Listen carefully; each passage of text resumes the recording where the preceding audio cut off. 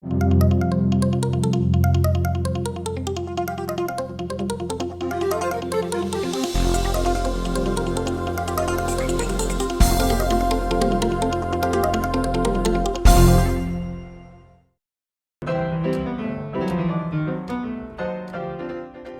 a beautiful September day in 2019, visitors flocked to Deepwood Museum and Gardens in Salem to celebrate the beloved Victorian home's 125th anniversary. Who could imagine a pandemic the following March would close so many doors in our community, including those at Deepwood, limiting visits here to the gardens until the day when they can safely reopen? But thanks to modern technology, we can still travel back in time by going online to Deepwood's website. In fact, let's take a virtual trip to the Victorian era for an inside look at what it was like at Deepwood during the winter holidays with Executive Director Yvonne Putze. Yvonne, hello. Hey, it's so good to see you again. Where are you in the Deepwood right now? I am actually in our front parlor. So when we're open for museum home tours or when someone comes to tea, after they come through the entryway, usually the front parlor is the first place that they experience in the home. And it's very appropriate that we're meeting here because this is where, if I was entertaining during the Victorian era, I would have had my guests speak.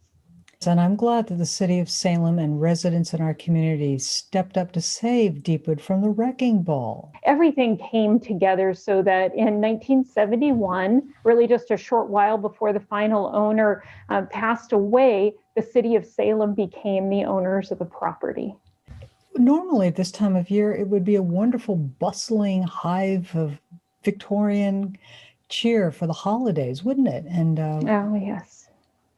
Yes, Deepwood has celebrated Christmas with the families that have lived here since 1894.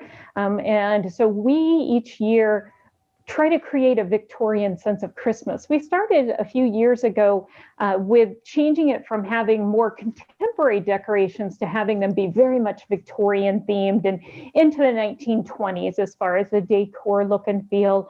And for instance, last year in our front parlor, we had a tree that had photos of all of the people who had ever lived in Deepwood and our landscape architects, Elizabeth Lord and Edith Scriver, photos of them all. And we called that our family tree. And they were in little antique frames. And then throughout the home, we have other trees that tell the story of how a family might have decorated for the holidays. Simple things like strings of popcorn and cranberry, and other trees full of feathers, and other trees with handcrafted ornaments that families would have made together.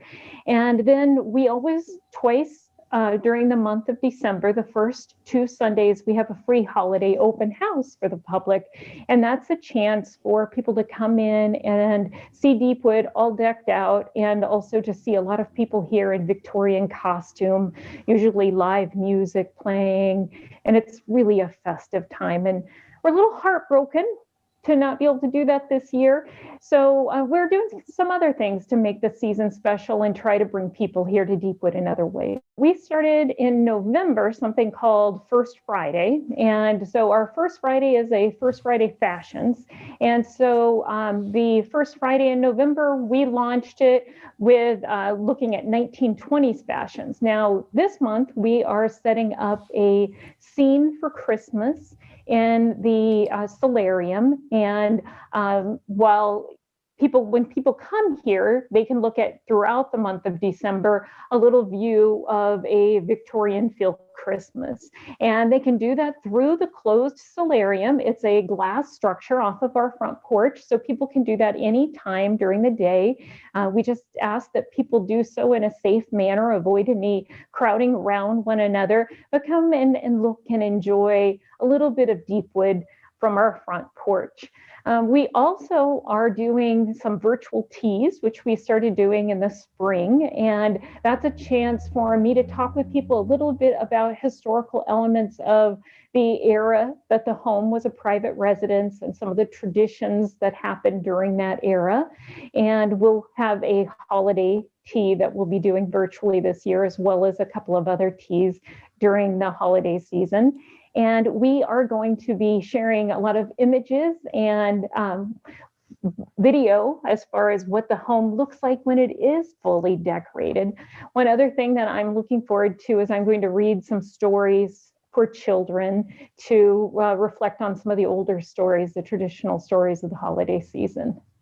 Why don't we leave people with a video that I was lucky to be part of, the making of a Deepwood Holiday, and let people get a feel for what it was like a couple of years ago when we got together and did a video about the holidays at Deepwood. That would be wonderful. I wish everybody a very happy holiday season, and we look forward to seeing you in 2021 here at Deepwood. I join you in that. Thank you so much, Yvonne, for joining us today on InSight and a little bit of holiday cheer. We all need it right about now. We certainly do.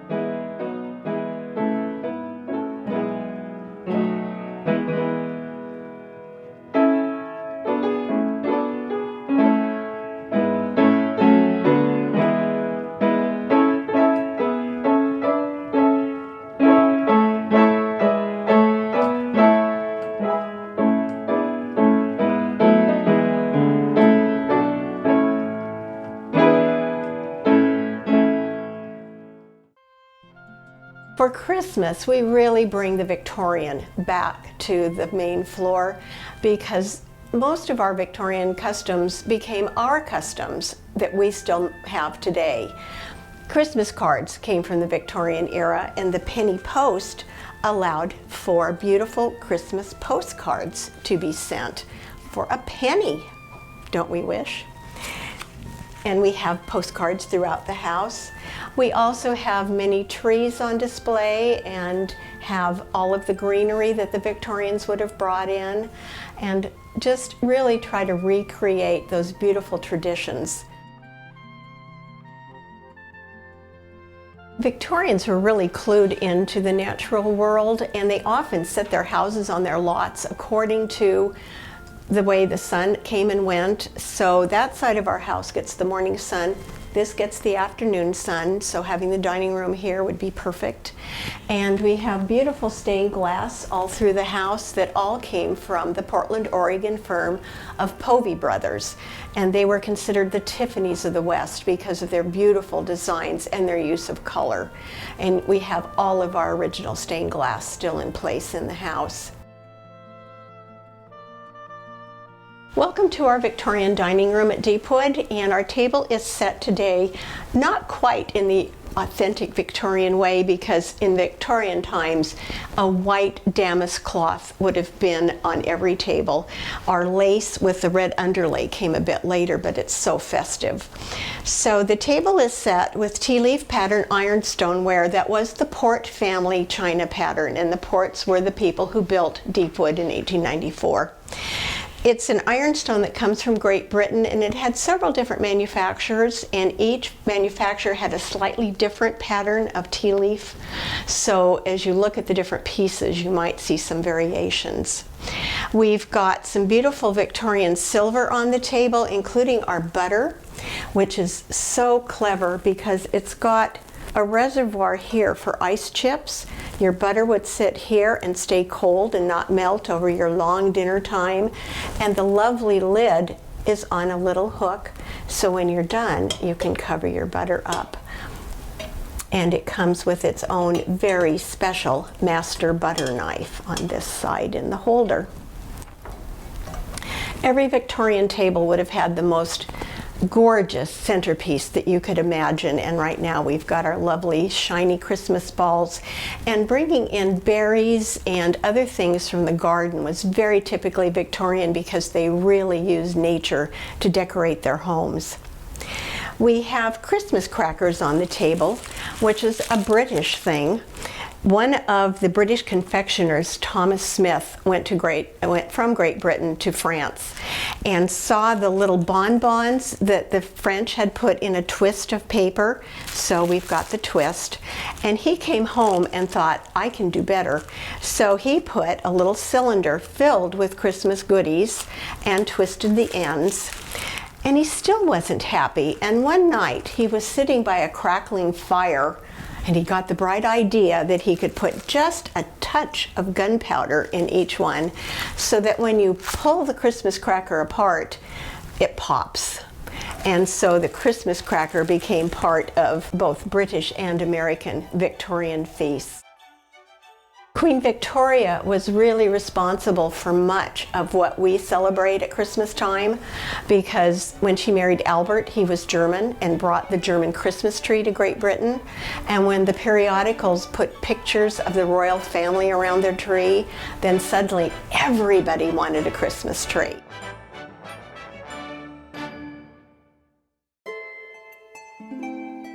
A nobleman who got tired of writing Christmas notes hired an artist to design a Christmas card in 1843, and that began the Christmas card craze. And then St. Nicholas got into part of it through Clement Moore, who was an American who wrote The Night Before Christmas. And that started the jolly old St. Nick, and St. Nick went from the more stern, thin Victorian Christmas Santa in 1890s when Thomas Nast made the jolly, fat, red-wearing St. Nicholas for the newspapers. So much of what we do comes from this beautiful era that we are representing here at the house. Children love Deepwood because it was a house that had children in it.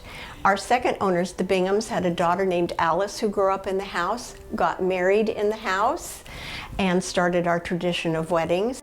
And we just had a heritage talk this fall where two of her grandsons came and talked, and they spoke about how during holiday meals they were not allowed to sit at the dining room table, but had their own little table in the kitchen, which is really small, and so the kids were kind of shoved aside, but they still enjoyed coming here, and Mrs. Brown had toys for them.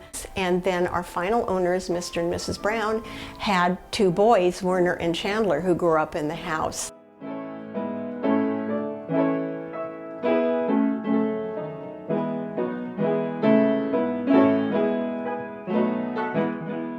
Almost always, Victorians, especially young ladies, would learn the decorative arts, which would include music. And so piano playing, violin playing, other instruments were very common, and frequently the back parlor was also the music room, which ours is. We have our player piano back there, and our music tree.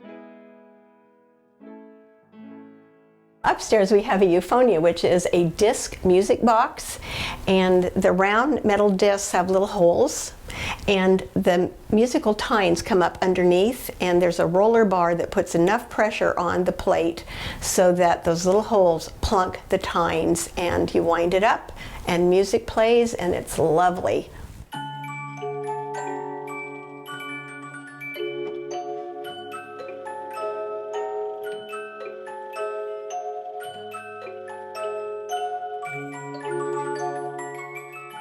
I love the history, I love the hospitality that it represents, and I love the antiques. It reminds me of some of the things I've inherited from my grandmother and great-grandmother, and it just brings back an era where families were closer, they weren't separated by electronics, and you did things like children made paper ornaments for the trees, and it was a family affair, and really enjoyed that time together. And I love bringing that back to people.